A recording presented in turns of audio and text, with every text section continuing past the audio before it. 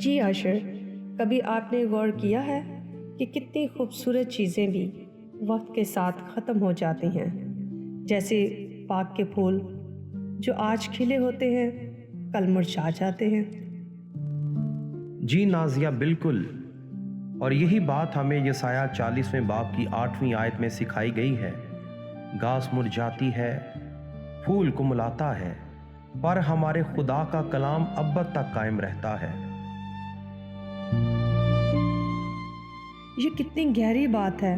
دنیا کی ہر چیز وقتی ہے، خوبصورتی، حالات، حتیٰ کہ ہمارے مسائل بھی۔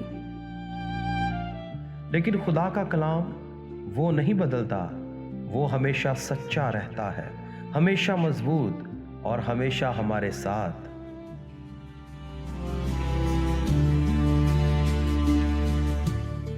جب سب کچھ بدل رہا ہو تب یہی کلام ہمیں سہارا دیتا ہے، ہمیں یاد دلاتا ہے کہ امید ابھی بھی زندہ ہے۔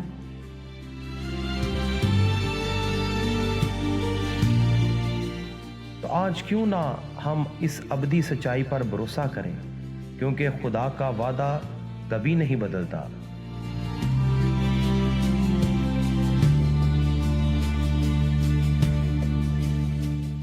خدا کا کلام ہمیشہ قائم رہتا ہے۔